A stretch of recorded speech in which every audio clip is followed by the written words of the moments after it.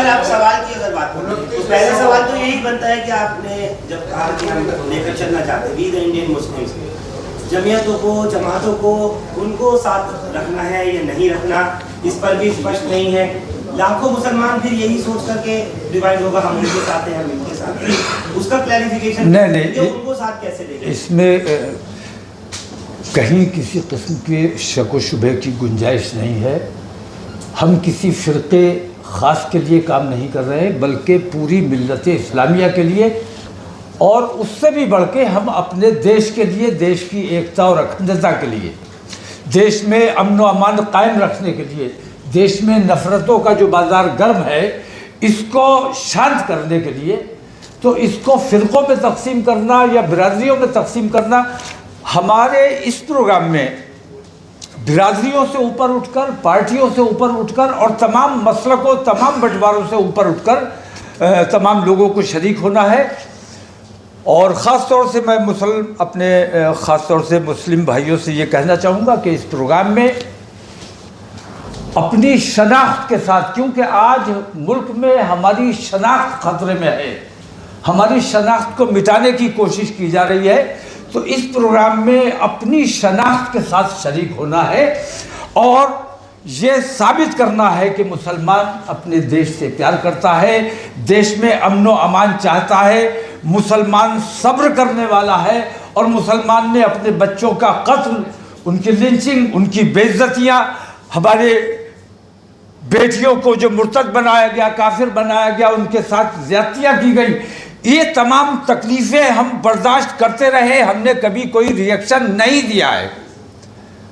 हमें ये बताना है, और उस दिन इंशाअल्लाह 29 तारीख को बरोज़ इतवार हमारे तमाम लोग पूरे शांति के साथ, अमन व अमान के साथ इस प्रोग्राम में शरीक होंगे और उसी तरह शांति के साथ वापस जाएंगे। किसी किस्म की कहीं कोई उनके साथ या उनकी तरफ से मुझे यकीन है कि कोई छेड़छाड़ नहीं की जाएगी।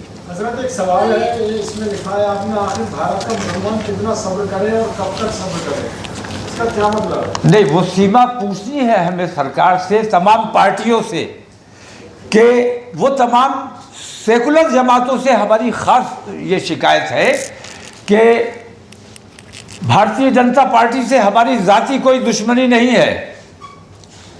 हमारी जो कुछ भी उनसे नाराज़गी है वो इस वजह से है कि हम सेकुलरिज्म में यकीन रखने वाले या सेकुलरिज्म का ढोंग करने वाले जो लोग हैं, हम उनका साथ देते हैं।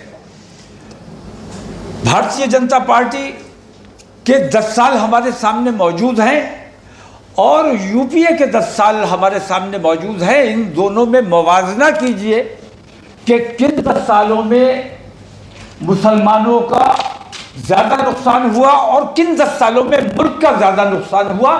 ये अगर गौर करने, आम हिंदू अगर इस चीज़ पर गौर करेगा तो उसको ये अंदाज़ा हो जाएगा कि मुसलमान को नुकसान पहुंचाने के लिए बराह रास्त हमारे मुल्क को नुकसान पहुंचाने से ये लोग गुरेज नहीं कर रहे।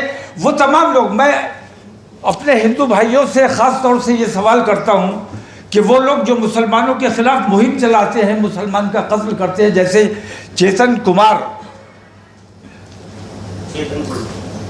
सिंह, उसने मुसलमानों से क्या नाराज़गी थी, क्या उसका किसी ने बिगाड़ा था, उसने कत्ल किया, अपने एक साथी का भी कत्ल कर दिया। मैं कहता हूँ तीन मुसलमान मारने के लिए तूने अपने ख़ानदान का, अपने पूरे परिवार का और अपने एक साथी के पूरे परिवार का सत्यानाश करने का काम किया, तो उसने हमारा कितना नुकसान किया और अपना कितना नुकसान किया, ये मैं कहना चाहता हूँ। हमारी जो बेटियों को ले जाते हैं बहलाकर बहकाकर, और वो संगठन जिन्होंने ये ऐलान किया है कि मुसलमानों की बेटियों को लेकर आओ, तुम्हें 2 लाख रुपए इनाम दिया जाएगा, तुम्हें नौकरी दी जाएगी, तुम्हें मकान दिया जाएगा।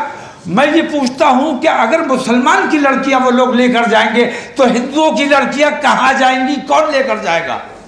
तो वो अपने समाज का ज़्यादा नुकसान कर रहे हैं, मेरे समाज का कम नुकसान कर रहे हैं। मैं तो ये चाहता हूँ कि जो ईमान के कमज़ोर लोग हैं मुसलमान, जो जिनका ईमान कमज़ोर है, जो पैसे के लिए अपना ईमान दे सकते हैं या शादी के लिए या किसी भी वजह से अपना ईमान दे सकते हैं, मैं तो चाहता हूं कि वो मुझे छोड़कर चले जाए, क्योंकि मुसलमान ईमान वालों का और जो पूरे शिद्दत के साथ अपने मजहब पर कायम रहने वाले हैं, हमें उन लोगों की ज़रूरत है।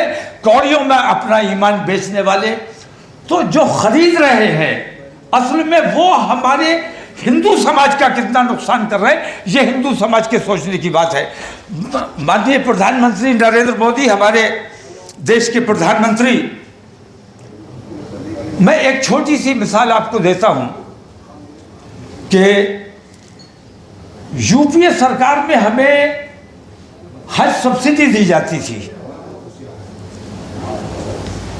और भारतीय जनता पार्टी ये इल्जाम लगाया करती थी कि तुष्टीकरण हो रहा है। भारतीय जनता पार्टी की जब सरकार आई तो उन्होंने हज सब्सिडी बंद कर दी। हमें पहले अंदाजा नहीं था, लेकिन जब हज सब्सिडी बंद की गई और उस बंद होने की वजह से एयर इंडिया इतने खसारे में चला गया कि बिलाखिर उसे बेचना पड़ा। मैं कहना यह चाहता हूं कि हज सब्सिडी हमें कांग्रेस के ज़माने में कभी नहीं मिली। वो सारी सब्सिडी जाती थी एयर इंडिया को और हाजियों के पैसे से हमारे देश की एयरलाइन चल रही थी, और वो हाजियों का पैसा जब रोका गया और एयर इंडिया को मिलना बंद हो गया तो एयर इंडिया इतने खसारे में गई कि बिलाखिर उसे बेचना पड़ा। तो देखने की बात यह है कि मुसलमानों के साथ कौन धोखा कर रहा है और अपने देश को कमज़ोर और खोखला करने का काम कौन कर रहा है। हमारे देश का बांग्लादेश हमारे देश का पोता है, बेटे का बेटा है, उसकी भी अपनी एयरलाइन है, लेकिन हमारे भारतवर्ष जो दुनिया की बड़ी शक्तियों में शामिल होने जा रहा है, भारतवर्ष की आज अपनी कोई एयरलाइन नहीं है। इससे बड़ा दुर्भाग्य क्या हो सकता है।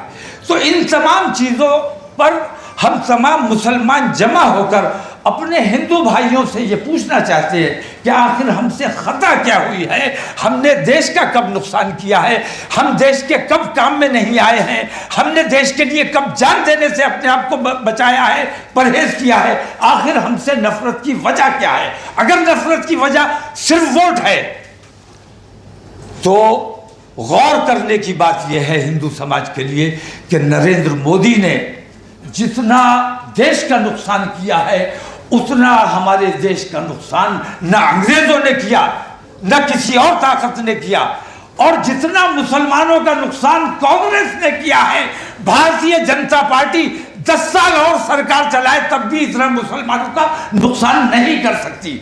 मैं कहना यह चाहता हूं कि हिंदू समाज को बहकाया जा रहा है, उनका फायदा हासिल करने के लिए, ध्रुवीकरण करने के लिए, ये दिखाने के लिए कि मैं कहता हूं मेरा एक भी नुकसान बताइए कि भारतीय जनता पार्टी के दौरे हुकूमत में मेरा क्या नुकसान हुआ है, और 1000 मैं वो नुकसान बताऊंगा जो नरेंद्र मोदी ने हमारे देश का किया है। हिंदू समाज को यह सोचना है कि वो देश से प्रेम करते हैं या नरेंद्र मोदी जैसे देश के गद्दारों से प्यार करते हैं। मैं नरेंद्र मोदी को देश का गद्दार इस माने में कह रहा हूं कि उन्होंने देश को खोखला करने का काम किया है, देश को बेचने का काम किया है, देश को नुकसान पहुंचाने का काम किया है। हिंदू समाज तक मैं अपनी ये बात पहुंचाना चाहता हूं कि हम देश के साथ थे, देश के साथ हैं और इंशाअल्लाह देश के साथ रहेंगे। देश को नुकसान पहुंचाने का जो काम करता है हम उसका साथ किसी कीमत पर नहीं देंगे, किसी हालत में नहीं देंगे। जी ये क्या इलेक्शन से पहले वन बाई वन करने तो ज्यादा अच्छा होगा। ये क्या ये आपका वार्निंग है इलेक्शन से पहले? नहीं, मेरे इस प्रोग्राम का सियासत से कोई ताल्लुक नहीं है, ना सियासत की उसमें बात की जाएगी।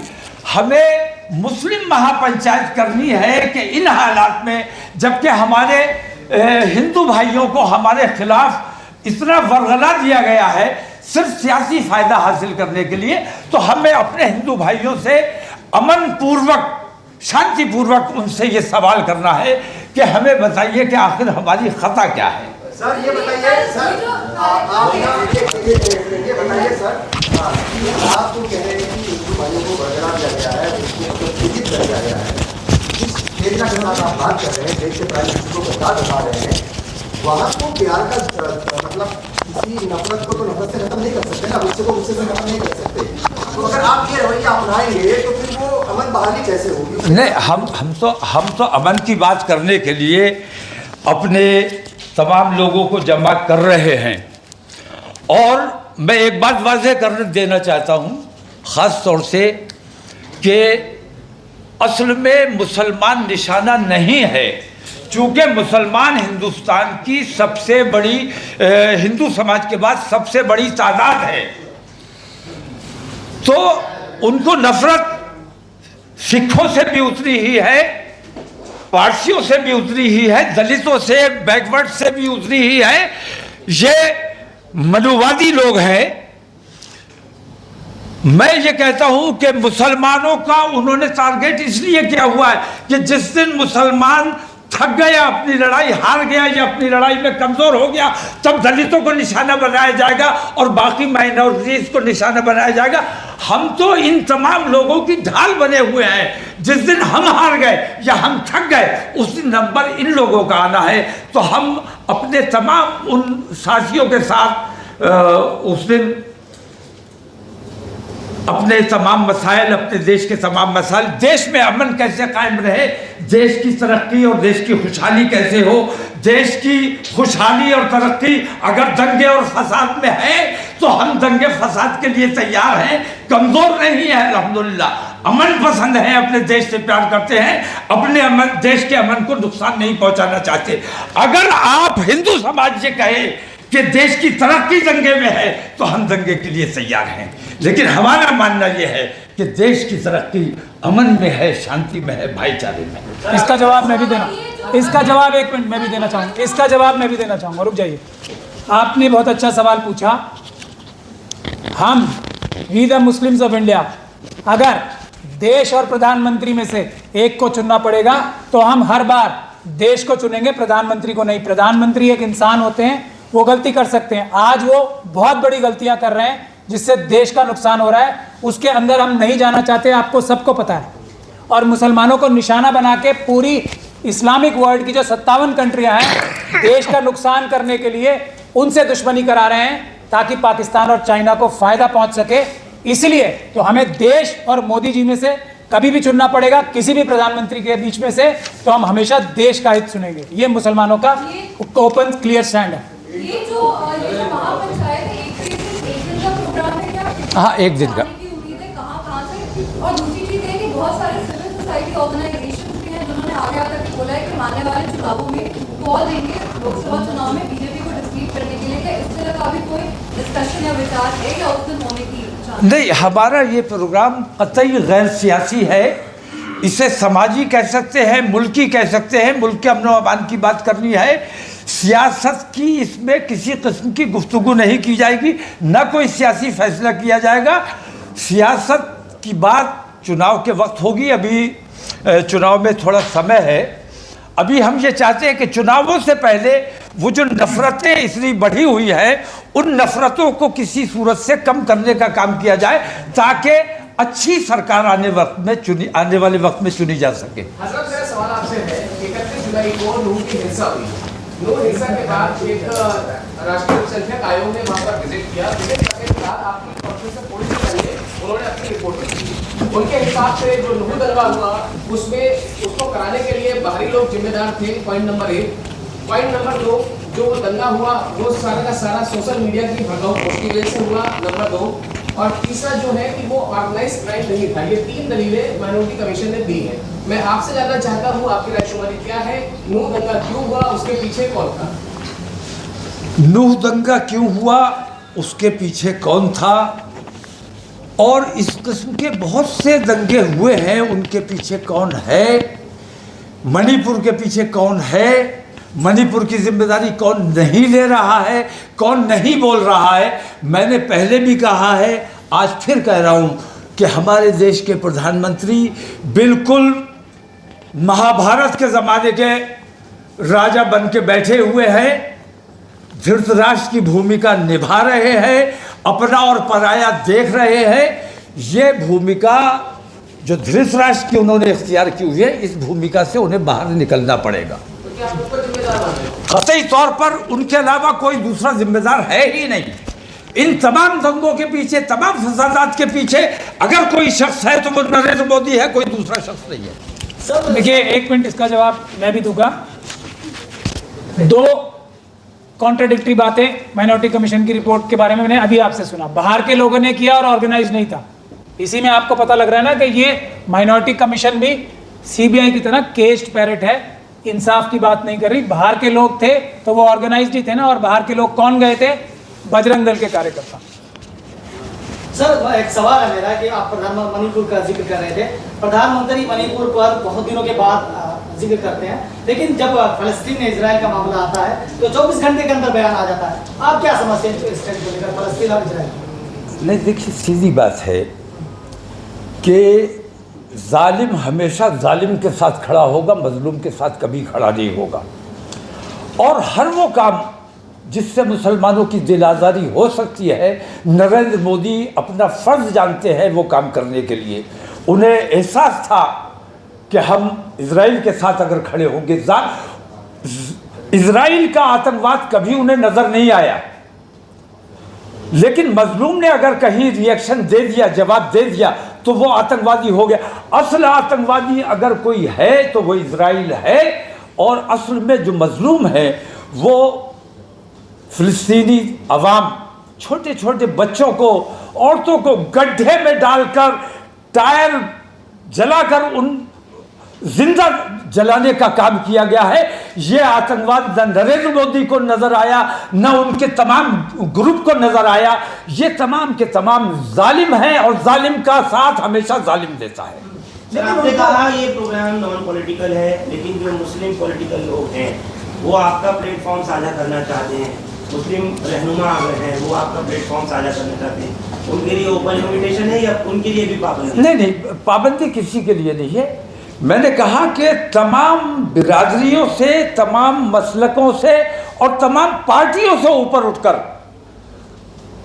कलमे की बुनियाद पर, कलमे के शामियाने के नीचे जमा होना है। अगर अपने आप को अमन पसंद और सच्चा देश प्रेमी समझकर आना चाहे तो किसी भी पार्टी का हो, उसका स्वागत है। लेकिन हमारे मंच पर किसी किस्म की सियासी गुफ्तगू नहीं की जाएगी, किसी पार्टी की हिमायत या मुखालफत नहीं की जाएगी।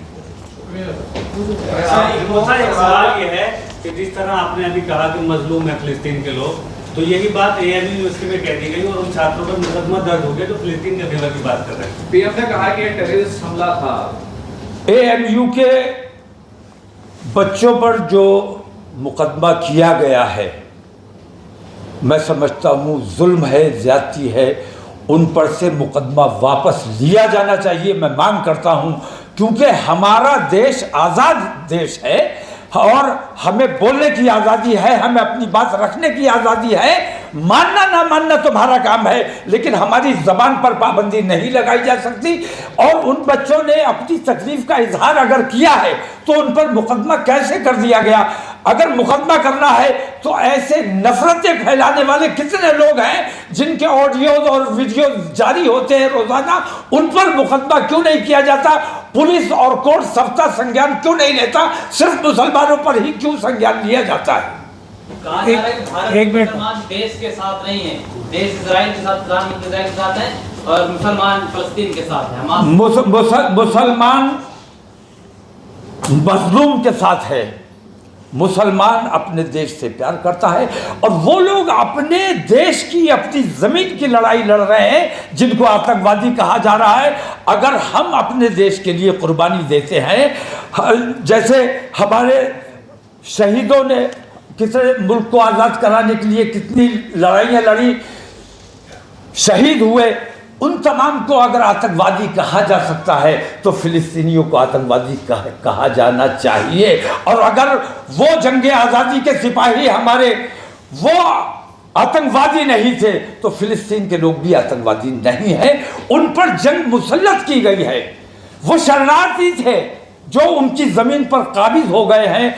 ऐसे नाजायज़ कब्जेदार को पूरी दुनिया के तमाम मुल्कों को ये चाहिए, यूएनओ को चाहिए कि वहाँ से बेदखल इजराइल को किया जाना चाहिए। हमास के बारे में क्या सोचते हैं आप? हमास के बारे में मैं बताऊं? पहले मैं अपनी अपील और कर लूं जो बाकी रह गई है। एक तो सभी लोगों से, सभी मुस्लिम कम्युनिटी के लोगों से हमारी गुजारिश ये है कि अपने आप चलकर 29 अक्टूबर को रामलीला मैदान में सुबह 10 बजे से आना शुरू करें, क्योंकि हम लोग उस तरीके से कोई पॉलिटिकल पार्टी नहीं है, कोई ऑर्गेनाइज्ड हमारे पास सिस्टम नहीं है। तो हम ये दरख्वास्त करते हैं कि सभी लोग अपने अपने वसाइल से अपना अपना टाइम निकालकर अपने आप 29 तारीख को, अक्टूबर की 29 तारीख को 10 बजे दिल्ली के रामलीला मैदान में ज़्यादा से ज़्यादा तादाद में आए। इसका हम एक पोस्टर भी जल्दी सोशल मीडिया पर जारी करेंगे। हमारी ये भी गुजारिश है कि सभी लोग अपने अपने इलाकों में ये पोस्टर शाया करें और लोगों को अपने लेवल पे ज़्यादा से ज़्यादा तादाद में रामलीला मैदान लाने की कोशिश करें। जो लोग बहादुरी का रास्ता चुनना चाहते हैं वो रामलीला मैदान आए 29 तारीख को। जो लोग इंसाफ का रास्ता चुनना चाहते हैं वो आए 29 तारीख को। जो लोग संविधान का रास्ते से हल निकालना चाहते हैं वो लोग आए 29 तारीख को। जो लोग कानून के रास्ते से, अमन के रास्ते से मुल्क और सभी मजलूमों के लिए इंसाफ चाहते हैं वो लोग आए 29 तारीख को बड़ी से बड़ी तादाद। आप बताइए हमास के बारे में क्या पूछना आपको? हमास पर क्या ख्याल है आपका, ये पूछा था। हमास एक ऐसी ऑर्गेनाइजेशन है जिसको इजराइल सेल्फ गवर्नेंस के तौर पे इजराइल की गवर्नमेंट ज़ायनिस्ट फोर्सेस एक्सेप्ट करती हैं कि वो एक इलेक्टेड गवर्नमेंट है ये गाजा में। और बताइए इसके बारे में जो नरेंद्र मोदी जी ने कहा है कि वो टेररिस्ट ऑर्गेनाइजेशन है, वो शायद उनके जो सलाहकार हैं उनको सही सलाह नहीं दे सकते हैं। अनलॉफुल एक्टिविटीज प्रिवेंशन एक्ट का एक कानून है, उसमें टेररिस्ट ऑर्गेनाइजेशन जो भारत मानता है और जो दुनिया के यूएनओ मानती है उनकी सबकी ज्यादातर की लिस्ट है, उसमें हमास का नाम कहीं नहीं है। तो प्रधानमंत्री जी से इसीलिए हमारी वो है ना कि वो डिग्रियां तो बहुत सारी हैं उनके पास, लेकिन समझ नहीं है उन्हें चीजों को समझने के लिए। हमास के लिए भारत का आज तक का कंसिस्टेंट स्ट्रैटेजिक और फिलिस्तीन के लिए स्ट्रैटेजिक डिसीजन जो आज तक का भारत का रहा है वो रहा है प्रो फिलिस्तीन। नरसिम्हा राव जो आरएसएस द्वारा स्पॉन्सर्ड प्रधानमंत्री थे, उससे पहले राजीव जी के टाइम तक जो इजराइल है उसे भारत देश रिकग्नाइज नहीं करता था, हमारे डिप्लोमेटिक रिलेशंस नहीं थे उनसे। ये भारत की कंसिस्टेंट पॉलिसी रही है। नरेंद्र मोदी जी ने अपने जाती मफाद के लिए, अडानी जी को शायद हाइफा का पोर्ट मिला है अभी बहुत दबाव हो सकता है मोदी जी के ऊपर, इसीलिए हमने कहा ना जब मुसलमानों को मुल्क में से और प्रधानमंत्री के बीच में से चुनना पड़ेगा तो हम हर बार मुल्क चुनेंगे। किसी के भी खिलाफ अगर मुल्क होगा तो हम मुल्क की तरफदारी करेंगे, किसी शख्सियत की तरफदारी ना हमने पहले की है ना आज करेंगे। कितनी भीड़ आपको एक्सपेक्टेड है सर? भीड़ के बाद मैं सबसे पहले मैं एक बात कहना चाहूँगा कि आप लोगों की बहुत बड़ी जिम्मेदारी है। आप लोगों का खोजी मिजाज होना चाहिए, खबर को खोजना चाहिए, तलाश करना चाहिए। नरेंद्र मोदी जी ने जो इजराइल की हिमायत की है, बिना मांगे उनको हिमायत दी है, इसके पीछे बहुत सी वजूहात हैं। एक तो उन्होंने भारतीय जनता पार्टी की रूह को ठेस पहुंचाने का काम किया है। भारतीय जनता पार्टी की रूह मैं मानता हूं कितना संघर्ष किया, कितनी जद्दोजहद की अटल बिहारी वाजपेयी ने, उन्होंने खड़ा किया, उन्होंने मेहनत करके यहाँ तक पहुँचाया। उन्होंने इजराइल की मुखालफत की, फिलिस्तीन की हिमायत की, और इन्होंने भारतीय जनता पार्टी की रूह के खिलाफ ये फैसला लिया। दूसरी बात कि इजराइल का जहाँ तक ताल्लुक़ है, पूरी दुनिया में जहाँ भी मुसलमान बसता है हमें ये हुक्म है कि अपने मुल्क से मोहब्बत करो। हुब्बुल वतनी जुज़्वे ईमान है, और जो अपने मुल्क से मोहब्बत नहीं करता, मैं दावे के साथ कहता हूँ, मेरा मजहब मुझे यह सिखाता है कि जो अपने मुल्क से मोहब्बत नहीं करता वो सच्चा और पक्का मुसलमान नहीं हो सकता। तो हमने कभी अपने मुल्क पर बम नहीं मारा है, हमने कभी आतंकवाद नहीं किया है। मैं हाथ जोड़कर आप लोगों से इतना पूछना चाहता हूं कि वो बम जो 2014 से पहले रोजाना फटा करता था, वो बम आज कहां चला गया? वो बम अब क्यों नहीं फटता है? आप लोगों की ये जिम्मेदारी है कि खबर के पीछे की खबर ढूंढने की कोशिश कीजिए। नरेंद्र मोदी ने जो इजराइल की हिमायत की है, आप जरा इसकी भी खबर लीजिए कि माननीय अडानी जी को इजराइल की सबसे बड़ी बंदरगाह दी गई है, उसके बदले में इनको हिमायत देना पड़ी है। ये आप लोगों के खोजने, आप लोगों के समझने की चीजें हैं। आप लोग अगर सही बात अवाम तक पहुंचाएंगे तो बड़ा एहसान होगा, और अगर मुंह देखी बातें करेंगे तो हम तो अल्लाह वाले लोग हैं। जो सही लगता है, किसी को भी बुरा लगे, जो सही है वो हमें कहना है। अल्लाह ने हमें इसीलिए दिमाग दिया है, इसीलिए ज़ुबान दी है, और मैं ये समझता हूँ कि आप तमाम लोगों को भी जो ताकत दी गई है इसलिए दी गई है कि सच्चाई को आम इंसानों तक पहुँचाएँ। मेरा मुअद्दबाना आपसे ये अपील है कि आप लोग देश को जो सही बातें हैं वो पहुंचाने की कोशिश कीजिए। और मैं अपने हिंदू भाइयों से सवाल करता हूं कि मुझसे कहीं कोई शिकायत है, मेरे समाज से कहीं कोई शिकायत है, मैं तैयार हूं बात करने के लिए, लेकिन मुझसे नफरत किस वजह से है मुझे वो वजह बता दो, मैं वो वजह ख़त्म करने की कोशिश करना चाहता हूं। बहुत शुक्रिया।